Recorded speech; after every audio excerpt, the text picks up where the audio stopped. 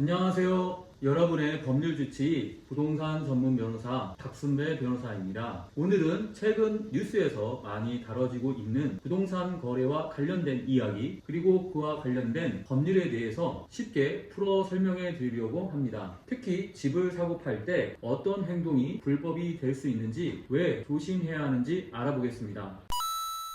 자, 호미로 막을 것을 가래로 막지 말라는 속담처럼 작은 실수가 큰 문제가 되기 전에 미리 알아두세요. 최근 서울과 수도권 지역의 아파트 가격이 나란히 오르고 있는데요. 정부는 이런 상황에서 사람들이 법을 어기고 집을 사고 파는 것을 막기 위해 조사를 강화하고 있습니다. 국토교통부가 조사한 결과 이상한 거래로 의심되는 사례가 무려 3,400건이나 발견되었다고 합니다. 그럼 이상한 거래가 뭘 의미하는지 한번 살펴볼까요? 예를 들어 자매끼리 아파트를 12억 원에 사고 팔았다고 신고했는데 사실은 동생이 언니에게 4,500만 원을 돌려준 경우가 있어요. 이렇게 실제 거래 금액보다 높게 신고하는 것을 허위 신고 또는 업계약이라고 합니다. 이는 부동산 거래 신고 등에 관한 법률에 위반됩니다. 이 법에 따르면 집을 사고 팔 때 반드시 실제 거래된 금액을 정확하게 신고해야 합니다. 만약 금액을 속여서 신고하면 최대